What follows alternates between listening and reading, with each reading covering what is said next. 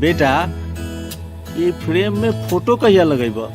चाचा अब ये फ्रेम में तो हम उहे तस्वीर लगाई जेकरा के हम अपना मन के आंख से देख ले बानी। बेटा मन तो बड़ा चंचल होला।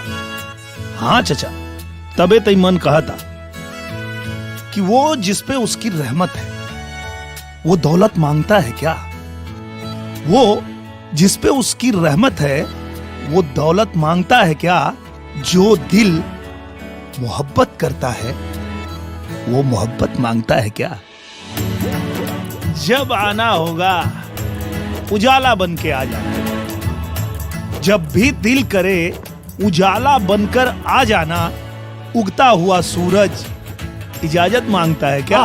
वाह वाह वाह वाह, हमरो मन करा था कुछ कहे कर। कहीं कहा वो मेरी कब्र पे आए। वाह वाह वाह वाह वाह वाह। पूरा हो जाएगा। वो मेरी कब्र पे आए थूकने के लिए। मारा बस। हम कुछ बात कहे न कहनी तोरा से। काहे? हिंदू मुस्लिम एकता खतरे में पड़ जाई।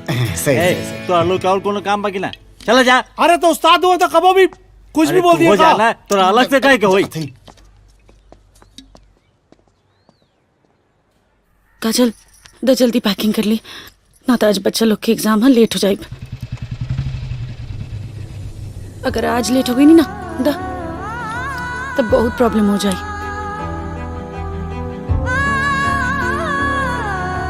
द एगो बुक और है ना, द जल्दी काजल ना तो।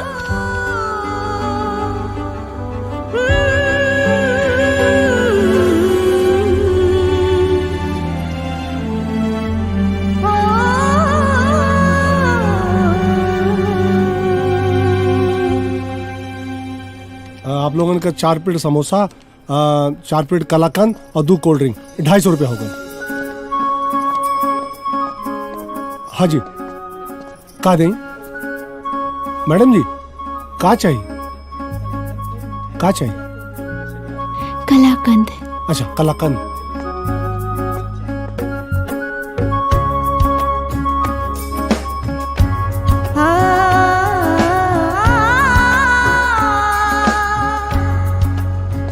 चार नंबर टेबल पे 2 कलाकंद लिखे।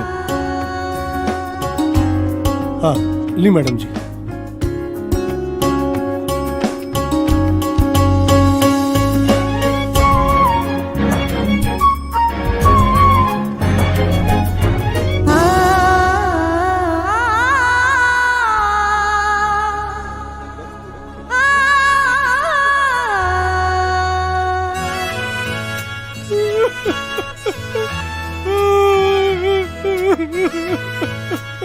का भेल रे? रोवत काहे बाड़े? अरे अपना के लेकिन ना रोती, लड़किया के देख के रोती। अरे बाप रे, मरचा खाते लड़किया। अरे हटा चाचा। मरचा खाती रे। अरे का अरे का करता नहीं? कलाकंद की जगह मरचा खाता नहीं।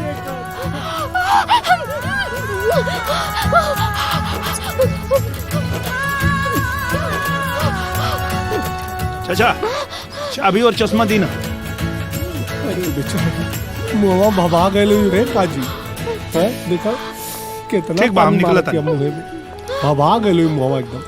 अरे रे रे बेचारी कहाँ जाती है रे? अरे कलाकंद खाला मैडम। अरे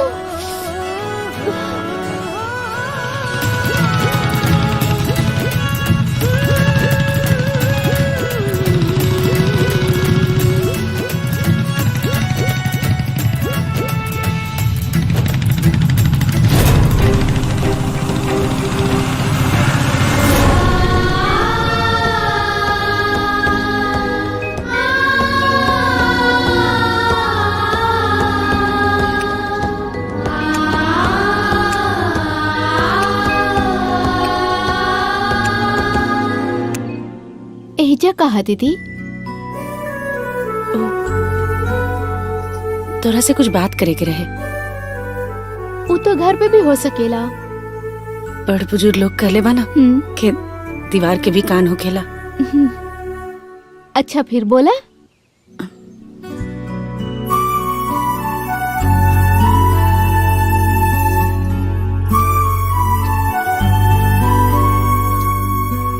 काजल, तोहर प्यार के बुनियाद एगो झूठ पे टिकल बा। मतलब ये कि विजय जौना लड़की से प्यार करेले उ तू ना केहू और बा।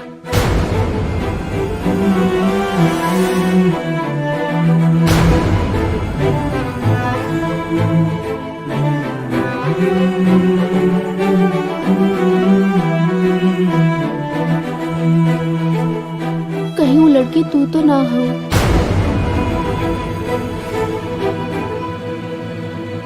शायद। सच कहले रहो ना दीदी, जो इंसान चाहेला वो कबो ना होला, वे होला जौन भगवान चाहेला। काजल,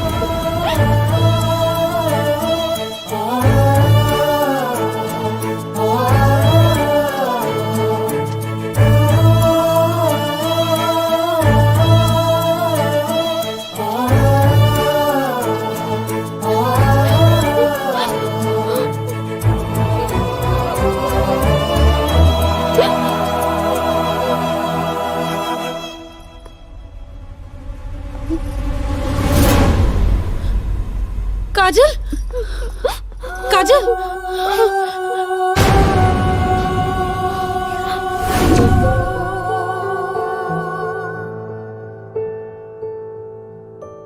अरे वाह, बाबूजी हमार पैर कैसन लागता? बहुत सुंदर लागत है बिटिया, बहुते सुंदर।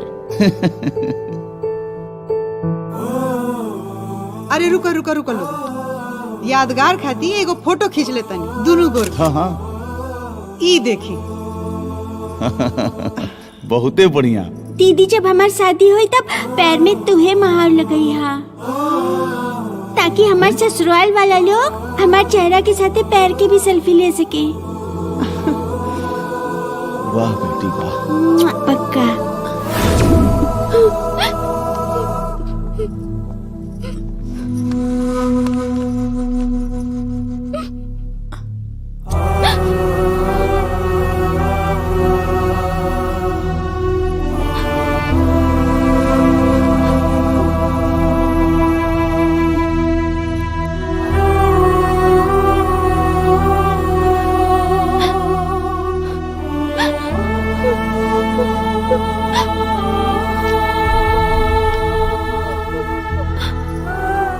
काजल, अगर तोरा के बाद में पता चली कि तोरा मांग में सजल सिंदूर केहू और के मांग के उतरन बा, तो तोरा के और ज्यादा दुख होइत।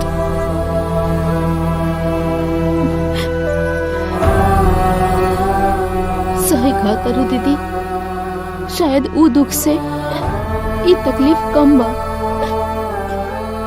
अरे यहाँ खून कैसे बा?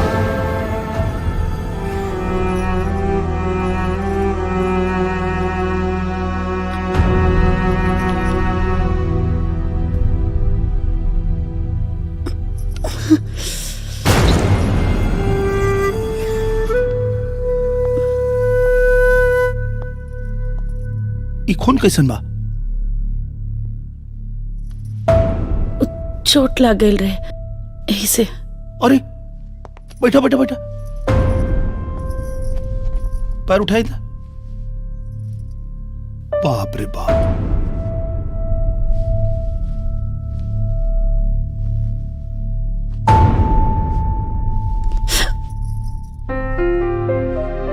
कहाँ लग गई?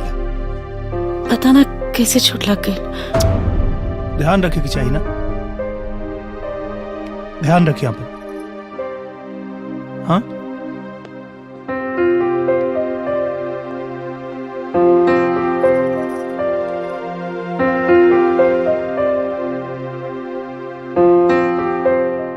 दीदिया, अब हम जाता नहीं।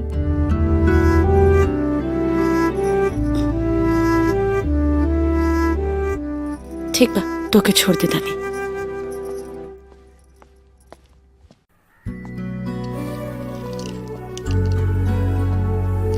भैया, स्टेशन। बैठी।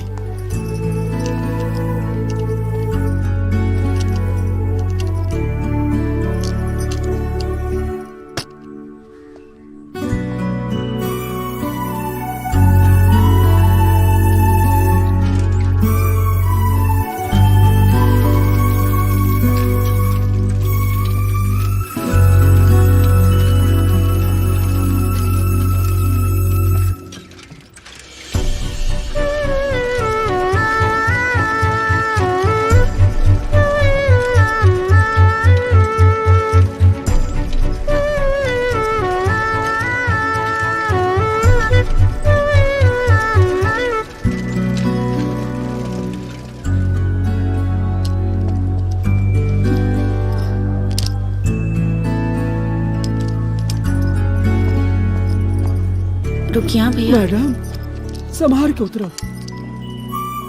अच्छा, आवे वाले ट्रेन से तू ध्यान से चल जाइए, ठीक बा? ठीक घर बा, पहुंच के फोन करिए। ठीक बा।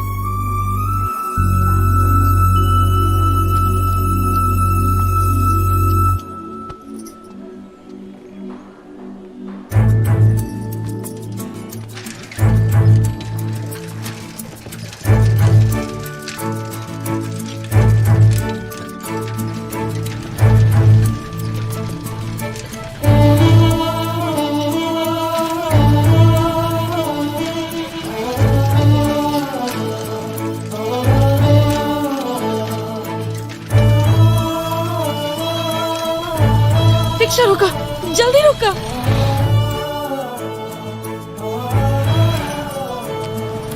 आइला।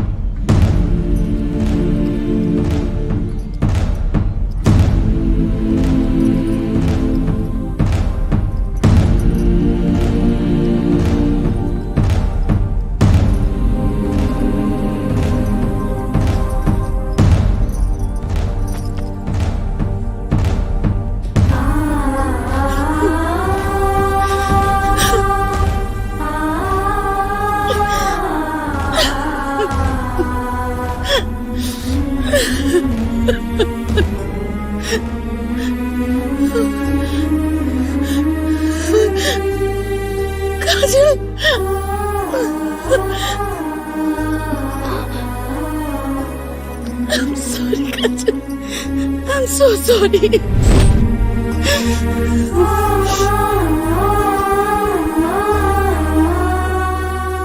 हम तो बस तोरा के आजमावत रहनी है पगली कि तू वजह से कितना ज्यादा प्यार करेलू। तोरे खुशी से बढ़ के इस दुनिया में और कुछ भी नहीं के। विजय के जीवन में जौन लड़की बा वो बस तू बाड़ू, तू और केहू ना। दीदिया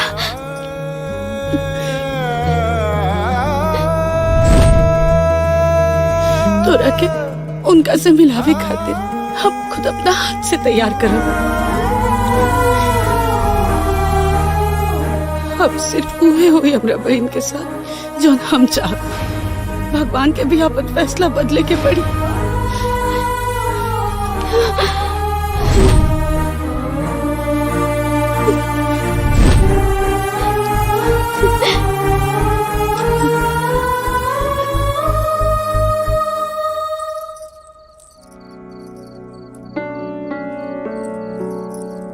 विजय के जीवन में एगो ऐसा समय रहे जब वो बहुत निराश रहले, लेकिन तबे उनकरा के YouTube पे एगो प्रेरणा मिलल और आज उहे प्रेरणा की वजह से विजयी मुकाम पे पहुंच पैलन। वो प्रेरणा एगो लड़की के आवाज से मिलल। विजय उ लड़की के बहुत पसंद करे लगले। ना कबो उनकरा से मिलले, ना कबो बात कैले, पर पसंद करे लगले। ओकरा बाद फेसबुक पे वो लड़की के रिक्वेस्ट भेजले। लड़की के पास पूरा मौका रहे कि वो आके विजय से मिल ले, बाकी वो कबो ना आईली। लेकिन विजय आज भी हुए लड़की के पसंद करेले। हमने के ही पता बा कि विजय बहुत अच्छा लड़का बाड़े और तू विजय के अपना जान से भी ज्यादा प्यार करेलो, तो काहे ना विजय के ये बोलल जाओ कि तू ही वो लड़की बाड़ू। ऐसे वो भी खुश हो जाइए और तो के भी तुहार प्यार मिल जाए। वो सब तो ठीक बा दीदी, लेकिन ये सब तोहरा कैसे मालूम बा?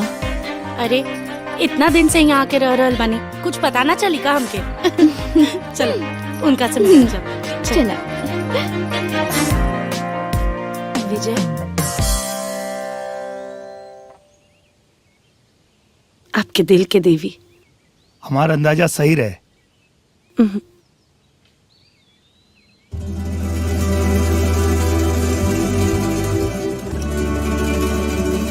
हम बानी काजल किचन से। रउआ लोगन के स्वागत बा। 12 अप्रैल। आइए काजल किचन में आपका स्वागत है। एक बेर अपने के हमरा के जिंदगी देनी और एक बेर सपना के पंख। फेसबुक पे हमरा के लाइव आवे की वजह से, फेसबुक पे नंबर ना होखला की वजह से फेसबुक के ऊपर लाइव आके दिल के बात बतावे चाहता नहीं। मिलल भी चाहेले, पास भी न जाएले। पहला नजर में केहू खास भइल बा। दिलवा तू ही चोरी कैलू हो एहसास भइल बा।